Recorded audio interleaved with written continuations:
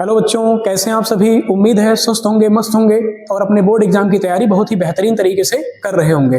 बच्चों, आज हम आपके लिए एक बड़ा ही महत्वपूर्ण प्रश्न लेके आए हैं जो कि यूपी बोर्ड में कई बार पूछा जाता है। तो चलिए शुरू करते हैं। इसको कैसे सॉल्व करेंगे, इस तरीके से आता है कि सिद्ध कीजिए √2 एक अपरिमेय संख्या है। आप देख सकते हैं कि ये बोर्ड एग्जाम में कई बार पूछा गया है। तो इसको कैसे सिद्ध करेंगे? इसको सिद्ध करने के लिए जो हमसे सिद्ध करने के लिए कहा गया है हम उसका उल्टा मानते हैं। क्या करेंगे? इसका उल्टा मानेंगे। क्या मानेंगे? जैसे यहाँ पे लिखा गया है कि √2 एक अपरिमेय संख्या है, तो हम यहाँ पे लिखेंगे क्या कि माना √2 एक परिमेय संख्या है। एक क्या? परिमेय संख्या, एक परिमेय संख्या है। हमने ऐसा मान लिया, मतलब जो हमसे पूछा गया है हम उसका उल्टा मान लेंगे। तो आपको पता है कि परिमेय संख्या कैसे होती है? a/b के रूप में होती है या p/q के रूप में होती है। तो हम यहाँ पे लिखेंगे √2 बराबर a/b, ठीक है। और ये भी लिखेंगे जहां b 0 के बराबर नहीं है, यानी कि b ≠ 0। यहाँ पे एक चीज और मानेंगे जो कि बहुत जरूरी है। क्या मानेंगे? a व b सहअभाज्य संख्याएं हैं। ए व बी कैसी संख्याएं हैं? सहअभाज्य संख्याएं।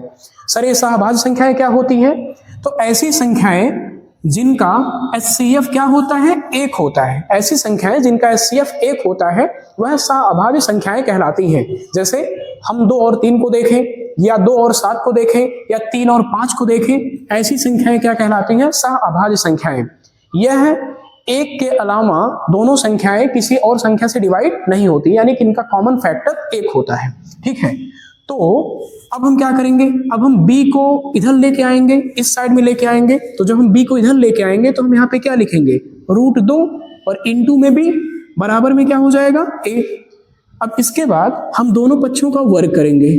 दोनों पक्षों का वर्ग करने पर, अब हम दोनों पक्षों का वर्ग करेंगे। दोनों पक्षों का वर्ग करने पर क्या होगा?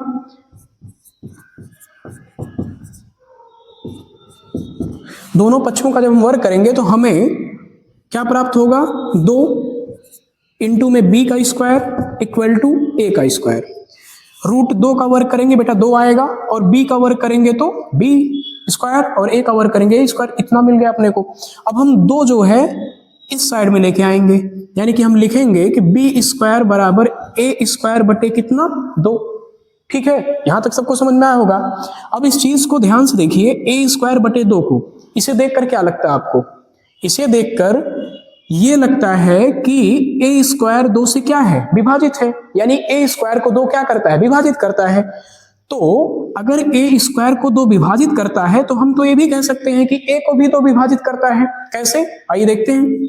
मान लीजिए कि यहाँ पे 25 का स्क्वायर है। अब 25 के स्क्वायर को क्या 5 से हम विभाजित कर सकते हैं? जरूर कर सकते हैं, ठीक है। अगर 25 का स्क्वायर 5 से विभाजित हो रहा है तो 25 भी तो 5 से विभाजित होगा, जरूर होगा। तो उसी प्रकार से यहाँ पे अगर a स्क्वायर 2 से विभाजित है तो a भी तो 2 से विभाजित होगा। तो चलिए हम इसी बात को लिखते हैं कि चूंकि a स्क्वायर 2 से विभाजित है, a स्क्वायर 2 से विभाजित है, इसलिए हम कह सकते हैं कि a भी 2 से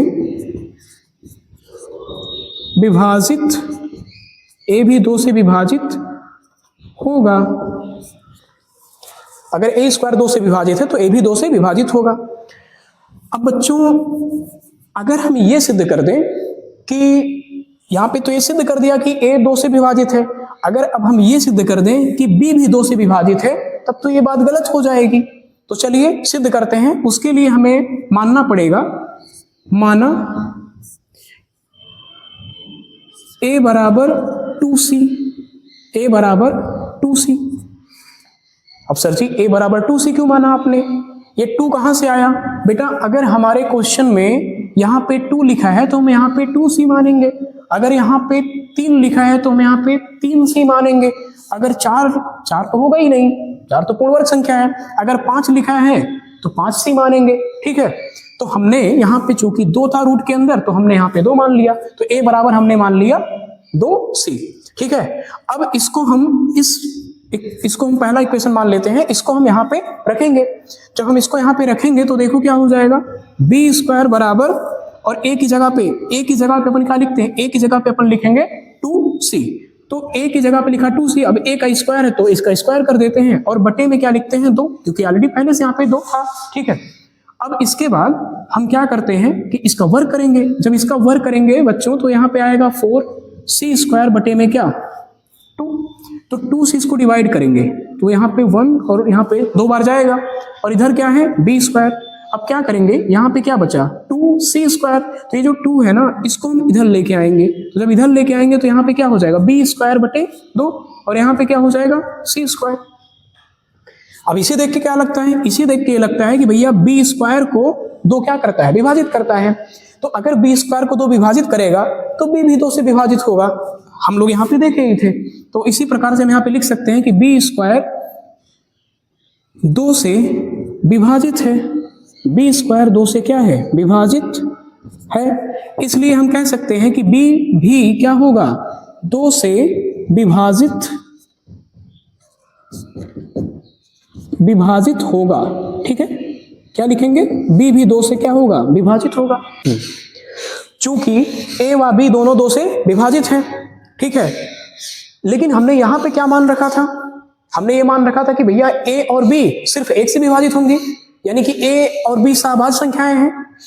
फिर तो ये बात गलत हो गई, और ये बात गलत इसलिए हुई क्योंकि हमने यहां पे गलत रखा था, हमने मान रखा था कि √2 एक परिमेय संख्या है, ये चीज गलत थी। तो हमारी जो कल्पना थी वही क्या थी, गलत थी। तो हम यहाँ पे लिखेंगे कि अतः हमारी कल्पना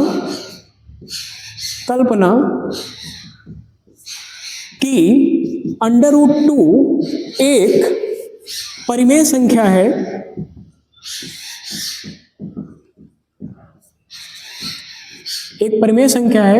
गलत है। इसलिए √2 एक अपरिमेय संख्या है।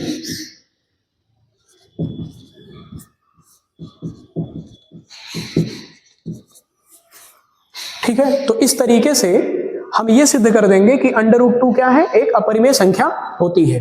Thank you.